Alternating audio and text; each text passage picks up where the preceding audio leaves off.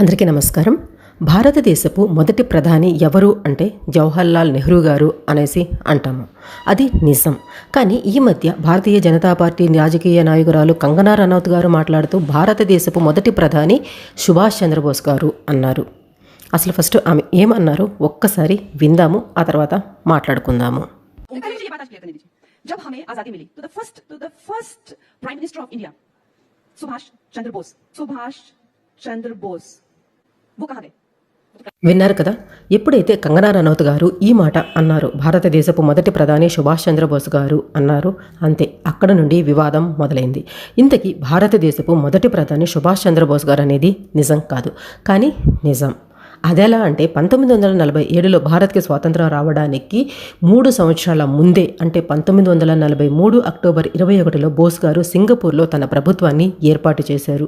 అలా చేస్తున్నట్లు కూడా ప్రకటించారు. భారత విముక్తి కోసం తుది పోరాటానికి ఈ వేదిక సిద్ధమైంది అన్నారు.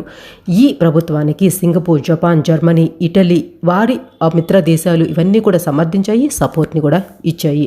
అసలు బోస్ గారు భారత్లో కాకుండా సింగపూర్లో భారత ప్రభుత్వాన్ని ఎందుకు ఏర్పాటు చేశారు? ఇది వినడానికి కొంచెం కన్ఫ్యూజింగ్గా అనిపిస్తుంది. కంప్లీట్ వీడియో చూస్తే మీకే అర్థమవుతుంది.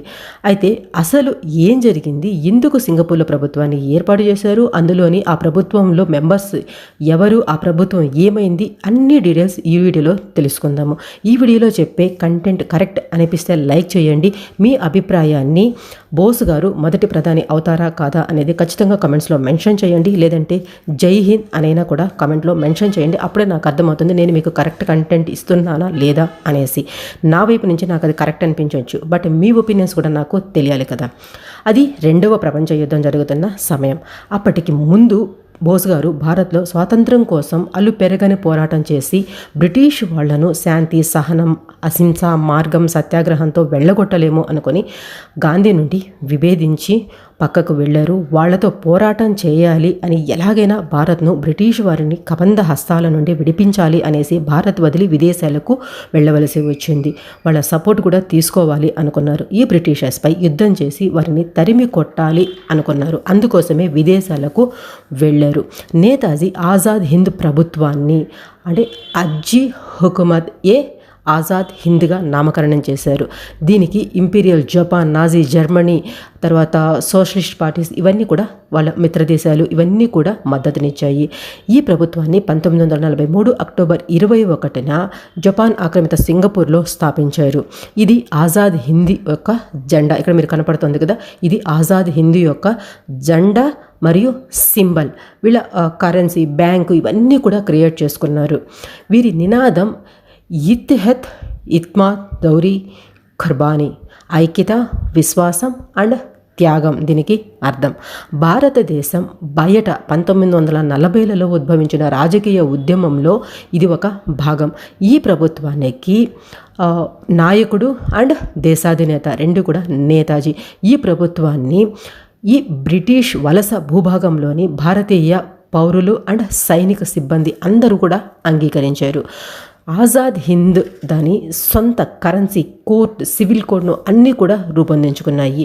ఇవి అన్నీ కూడా భారత్లో స్వాతంత్ర పోరాట యోధులకు కొంత ధైర్యాన్ని ఇచ్చాయి, ఉత్సాహాన్ని కూడా ఇచ్చాయి అనేసి చరిత్రకారులు చెబుతారు. ఆ తరువాత 1943లో భారత్లోని జపాన్ ఆక్రమిత అండమాన్ అండ్ నికోబార్ దీవుల్లో బోసు గారికి అధికారాన్ని అప్పగించారు. జపాన్ ఈ ప్రభుత్వం ఏర్పడిన తరువాత ఫ్రీ ఇండియా, అంటే ఇండో బర్మా ఫ్రంట్లోని మిత్రరాజ్య దళాలకు వ్యతిరేకంగా యుద్ధం చేయాలి అనేసి స్టార్ట్ చేశారు.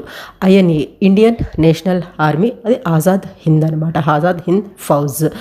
ఇంపాల్, కోహిమా ఈ సెక్టార్లో ఇంపీరియల్ జపనీస్ ఆర్మీలో భాగంగా బ్రిటిష్ ఇండియన్ ఆర్మీ అండ్ మిత్రరాజ్యాల ఆ దళాలపైన యుద్ధానికి దిగారు. కానీ ఈ యుద్ధంలో కొన్ని కారణాల వల్ల జపాన్ సైన్యం అండ్ ఆజాద్ హింద్ సైన్యం రెండూ కూడా ఓటమిని ఎదుర్కోవాల్సి వచ్చింది. ఈ యుద్ధం ముగిసే సమయానికి అండమాన్ దీవులు, ఆ పౌర పరిసరాల ప్రాంతాన్ని అన్నిటి కూడా తిరిగి మళ్ళీ బ్రిటిష్ వాళ్ళు తమ ఆధీనంలోకి తీసేసుకున్నారు. ఆ తర్వాత కొన్ని కారణాల వల్ల బోస్ గారు మరణించారు. ఇవన్నీ కూడా వేరే సబ్జెక్ట్ అనమాట. ఆ విధంగా బోస్ గారు మరణించారు. ఐఎన్ఏలోని సభ్యులు, అంటే బోస్ గారి సైన్యంలోని సుమారు 300 మంది పైగా రాజద్రోహం కేసుని ఈ బ్రిటిష్ వాళ్ళు మోపారు. ఇక్కడ ప్రభుత్వంలోని మెంబర్స్ని కొంతమందిని మీకు చెప్తాను. స్వేచ్ఛ భారత తాత్కాలిక ప్రభుత్వం యొక్క పబ్లిక్ అడ్మినిస్ట్రేషన్ మంత్రులు అన్నమాట వీళ్ళు. లక్ష్మీ స్వామినాథన్ గారు మహిళా సంస్థ ఇన్ఛార్జ్ మంత్రిగా ఉండేవాళ్ళు. ఎస్ఏ అయ్యర్ ప్రసార మరియు ప్రచార మంత్రిగా ఉండేవాళ్ళు. లెఫ్టినెంట్ కర్నల్ ఏసీ చటర్జీ ఆర్థిక మంత్రిగా ఉండేవారు. ఇండియన్ నేషనల్ ఆర్మీకి సాయుధ దళాల మంత్రులు కూడా ఉండేవాళ్ళు అనమాట. ఆ ప్రాతినిధ్యం వహించే వాళ్ళు కూడా కొంతమంది ఉన్నారు. లెఫ్టినెంట్ కర్నల్ ఎన్ఎస్ భగత్ గారు, జేకే బోన్స్లే, గైజరా సింగ్, షాన్వాస్ ఖాన్ వీళ్ళంతా లెఫ్టినెంట్ కర్నల్స్ అనమాట. ఎంజెడ్ కియానీ, ఏడి లోకనాథన్, తర్వాత ఎస్ఎన్ ఖాదిర్ వీళ్ళంతా ఉండేవాళ్ళు. ఈ తాత్కాలిక ప్రభుత్వానికి సలహాదారులు, కార్యదర్శులుగా కూడా ఉన్నారు. కెప్టెన్ దిలీప్ సింగ్ సెవాబ్, ఏఎం సహాయ్ కార్యదర్శిగా ఉండేవాళ్ళు.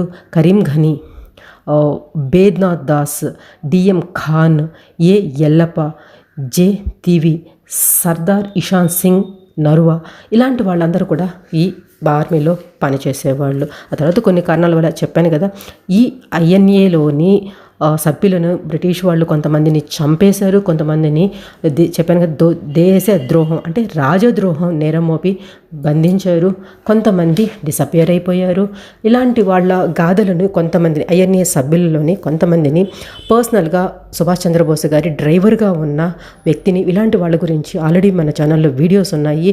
వీలైతే ఆ వీడియోస్ కూడా చూసి మీ ఒపీనియన్ ఏంటి అనేది కమెంట్స్లో మెన్షన్ చేయండి.